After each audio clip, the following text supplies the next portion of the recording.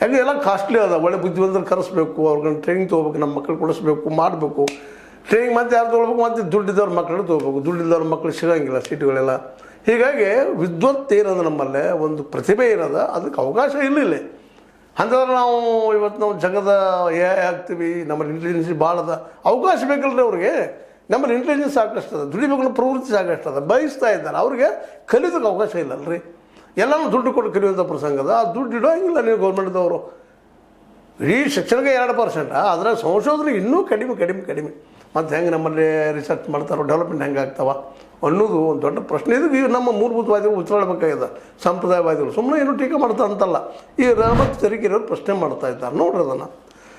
ದೆಹಲಿಯ ಕೃತಕ ಬುದ್ಧಿಮತ್ತೆ ಅಂದರೆ AI, ಆರ್ಟಿಫಿಷಿಯಲ್ ಇಂಟೆಲಿಜೆನ್ಸಿ. ದೆಹಲಿಯ ಕೃತಕ ಬುದ್ಧಿಮತ್ತೆ ಸಮಾವೇಶದಲ್ಲಿ ಭಾರತದ ವಿಶ್ವವಿದ್ಯಾಲಯ ಒಂದು, ಅದ್ರ ಹೆಸರು ಹೇಳಕ್ಕೆ ಹೋಗಿಲ್ಲ ಅವ್ರು ಯಾವುದು ಅಂತೇಳಿ, ಒಂದು ಮಾಡಿರುವ ಅಂತಾರಾಷ್ಟ್ರೀಯ ಮುಜುಗರ ನಿರೀಕ್ಷಿತವಾಗಿದೆ. ತಂದಂತ ಯಾರೋ ತಯಾರು ಮಾಡಿದ ನಾಯಿ, ಚೈನಾದವ್ರು ತಯಾರು ಮಾಡಿದ್ದು, ದಕ್ಷಿಣ ಕೊರಿಯಾದವ್ರು ತಯಾರು ಮಾಡಿದ್ದು, ಯಾವುದೋ ಒಂದು ವಸ್ತು ಅಂತಂದ, ಇದು ನಾವು ತಯಾರು ಮಾಡಿದ್ದು ಅಂತ ಹೇಳ್ತಾ ಇದ್ದಾರೆ ಕೊಂಡ ಮಾರ್ಕೆಟ್ ಅಂತಂದ. ಇದು ಎಂಥ ಭಾಷೆ, ಇದು ಆಗೋದು ಸಹಜನ ರೀ. ಇಲ್ಲಿ ವಿಜ್ಞಾನ ಹುಟ್ಟಲಿಕ್ಕೆ ಸಾಧ್ಯ ಇಲ್ಲ. ನಾವು ಪ್ರತಿಯೊಂದನ್ನು ಇಲ್ಲೇ ನಾವು ಈ ನೆಲಗಟ್ಟಿನಲ್ಲಿ, ಧಾರ್ಮಿಕ ನೆಲಗಟ್ಟಿನಲ್ಲಿ, ಮತಾಂಧತೆಯ ನೆಲಗಟ್ಟಿನಲ್ಲೇ ನಾವು ಅದನ್ನು ವಿಮರ್ಶೆ ಮಾಡ್ತಾ ಹೋದ್ರೆ ನಮಗೆ ಸತ್ಯ ಗೊತ್ತಾಗೋದಿಲ್ಲ. ಒಂದು ನಮ್ಮಲ್ಲಿ ವೈಜ್ಞಾನಿಕ ಬೆಳೆಯೋಕ್ಕೆ ಸಾಧ್ಯನೇ ಇಲ್ಲ. ನಾವು ಖರ್ಚು ಮಾಡೋದು ಎಷ್ಟು ರೀ? ನಾವು ಒಂದು ಕೊಡ ಹಾಲು ಕುದಿಸಿದಾಗ ಏನು 1 ಲೀಟ್ರ್ ಕಾವು ಬರ್ತದೆ. ನಾವು ಕುದಿಸಿದ 1 ತಮಿಗೆ ನೀರು, 1 ತಮಿಗೆ ಹಾಲು, ಅದ್ರಾಗಿಂದ ನಮಗೆ 1 ಕಿಲೋ ಇದು ಬರ್ತದಲ್ಲ